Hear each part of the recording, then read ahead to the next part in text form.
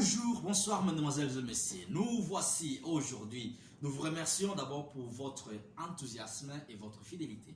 Voilà, c'est pourquoi nous faisons aussi beaucoup d'efforts toujours pour trouver des arguments qui viennent vous outiller pour pouvoir être beaucoup plus performant dans ce que vous faites. Voilà, quelle est la thématique aujourd'hui? La thématique aujourd'hui, c'est l'accompagnement, l'aide. Comment aider les autres? Comment accompagner les autres? Ça vient résoudre quoi cette vidéo? Ça vient résoudre les problèmes de frustration que nous avons des fois parce que nous nous rendons compte qu'en voulant aider quelqu'un, nous restons déçus parce que tous les efforts que nous avons fournis demeurent sans résultat. Nous nous disons peut-être les problèmes c'est chez moi ou les problèmes résident dans la personne que je vais aider. Alors on ne comprend pas et on est des fois bloqué. On décide, voilà, je ne peux plus jamais aider quelqu'un parce que tout ce que je suis en train de faire, ça ne fonctionne pas. Surtout si vous le faites professionnellement, à un certain moment, vous devenez frustré. Votre formation, vous commencez à douter de cela. Mais non, c'est parce que le temps évolue, l'homme évolue, et il y a toujours des recherches aussi qui évoluent. Les gens découvrent de nouvelles méthodes pour pouvoir aider les autres. Peut-être les méthodes que vous utilisez sont des méthodes que pour le moment, ça ne produit plus le même résultat parce que l'homme aussi a changé d'une certaine façon. Voilà, je viens vous présenter les niveaux logiques. Les niveaux logiques, c'est un schéma à cet escalier. Et ce schéma-là, en l'appliquant, ça peut déclencher la réussite de notre vie. Ça peut débloquer. Si nous étions bloqués, ça peut nous débloquer.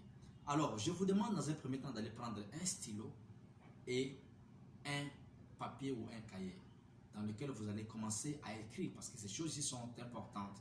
Comme c'est un schéma que je présente, il faut d'abord maîtriser ce schéma-là avant de l'utiliser. Alors, il faut imaginer les niveaux logiques comme un escalier à 7 gradins. Au premier gradin, nous trouvons quoi? Nous trouvons l'environnement. Vous savez, même maintenant que je suis en train de parler, je suis inséré dans un environnement. Si cet environnement est confortable, alors cela va avoir des incidences sur ce que je suis en train de faire. Ça va avoir des incidences sur la performance du message que je suis en train de donner. Et vous-même aussi, en me suivant, vous êtes inséré dans un environnement. Peut-être vous êtes seul, peut-être avec des amis, peut-être un endroit avec beaucoup de bruit, avec moins de bruit, ainsi de suite. Tout cela a de l'influence sur ce que vous êtes en train de faire. Cela a de l'influence sur votre réussite ou sur votre échec. Voilà, l'environnement.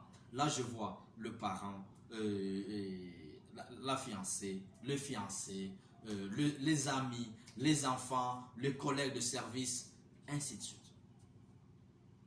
Je vois même les quartiers dans lesquels je suis inséré. Je vois la maison là où j'habite. Je vois les endroits que je fréquente souvent. Donc, les problèmes peuvent provenir de là. Alors, si moi je veux aider quelqu'un, je dois savoir que je dois chercher d'abord de comprendre la personne provient de quel environnement. Vous comprenez? C'est très important. C'est pourquoi des fois quelqu'un dit, dis-moi qui tu fréquentes, je te dirai qui tu es. Voilà. Ou dis-moi où tu habites, où tu vas, je te dirai ce que tu es à mesure ou non à mesure de faire. Voilà. Tout ça aussi c'est relatif. Ok? Vous comprenez? Au deuxième niveau, nous trouvons les comportements. Donc, ce que je fais, ce que la personne fait.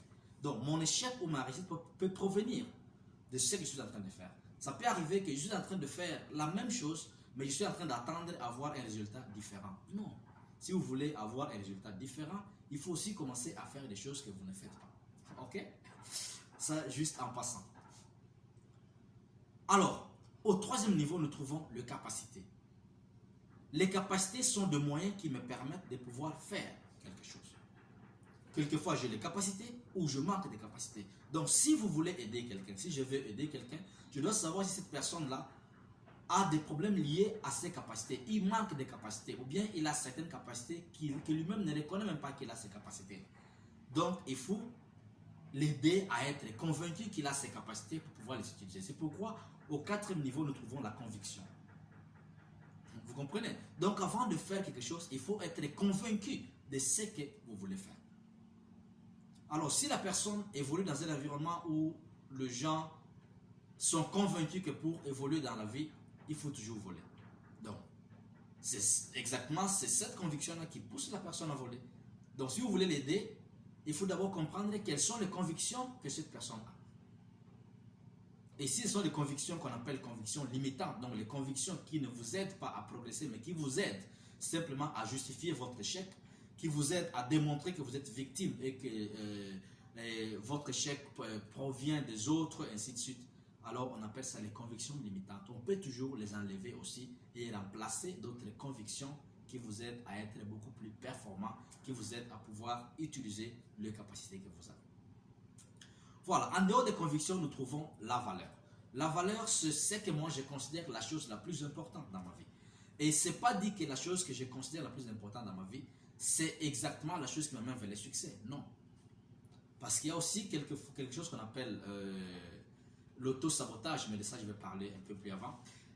C'est une situation dans laquelle vous investissez beaucoup de temps à ce qui vous détruit au lieu d'investir beaucoup de temps à ce qui vous aide à progresser. Vous comprenez? Donc, il faut toujours savoir quelle est la chose la plus importante dans ma vie.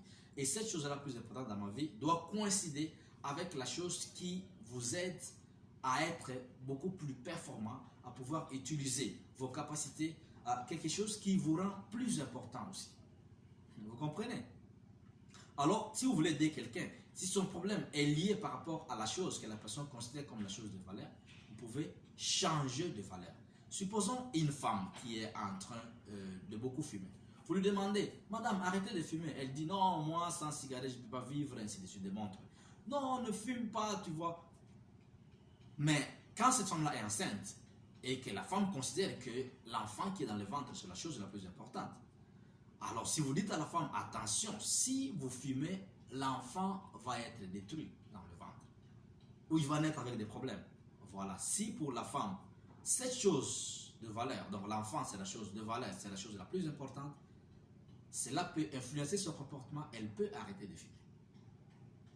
Vous comprenez? Et quand nous prenons toujours l'exemple de la femme enceinte, nous passons au 6e niveau, là où nous trouvons l'identité. Une femme, quand elle n'était pas enceinte, elle se considère, je suis une fille, ainsi de suite, je fume et tout cela. Mais maintenant qu'elle a une nouvelle identité, qu'elle est une future mère, voilà, la nouvelle identité influence le valeur, influence les comportements, influence les convictions. Vous comprenez? Donc ça peut aussi facilement amener à la réussite. Donc si vous comprenez que les problèmes de la personne est lié par rapport à l'identité. Par exemple, quelqu'un aussi qui est adulte mais qui continue à croire qu'il est toujours petit, qu'il est toujours un enfant.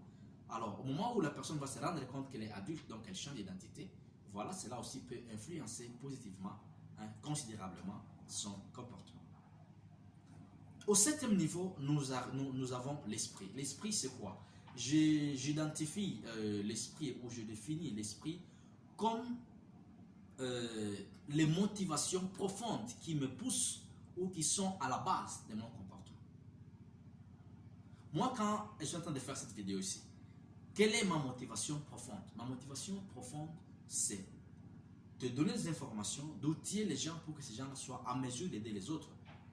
Pourquoi aider les autres? Parce que moi, je me suis rendu compte que quand vous n'aidez pas les personnes qui sont dans les besoins, ces personnes peuvent devenir aussi dangereuses pour vous-même ou pour la société. Moi, j'encadre les enfants de la rue. Et je me rends compte que s'il n'y a personne qui les encadre, qui les aide, et qu'ils se sentent abandonnés à leur propre sort, ils peuvent devenir dangereux. D'abord pour eux-mêmes, pour nous tous et pour la société. Vous comprenez? Donc si vous vous rendez compte que le problème de la personne réside dans l'esprit, dans les motivations profondes pour lesquelles il fait certaines choses, et quand vous modifiez ces motivations, cela peut amener la personne à la réussite. Vous comprenez? Donc, le niveau logique, nous avons 7. C'est un chemin très important. L'environnement, les comportements, les capacités, les valeurs. Avant le valeur, il y a les convictions. Le valeur, il y a l'identité et il y a l'esprit. Si vous avez compris, dites Amen. Voilà, je reprends. Il y a l'environnement, il y a les comportements, il y a les capacités, il y a les convictions, il y a les valeurs, il y a l'identité et il y a l'esprit. Voilà un chemin important que vous pouvez utiliser. Attention, je vous conseille d'utiliser d'abord ce chemin pour vous-même. Quand ça produit des résultats, Maintenant, vous allez parler de ce schéma aux autres. Vous allez l'utiliser pour aider les autres. Pourquoi je dis ça? Parce que si vous n'utilisez pas ce schéma vous-même, et donc vous allez manquer des expériences. Alors quand vous allez les présenter aux autres, quand vous voulez aider les autres en utilisant ces schémas, vous n'aurez pas d'exemple. Vous allez vous servir d'exemples que vous avez lus dans les livres, que vous avez suivis dans des vidéos sur YouTube, ainsi de suite. Donc vous devez d'abord faire des expériences vous-même. Quand vous vous aidez, alors en ce moment-là, vous aurez beaucoup plus de conviction pour pouvoir aider les autres. Voilà, je vous remercie et je vous souhaite bon succès. On se revoit à la prochaine.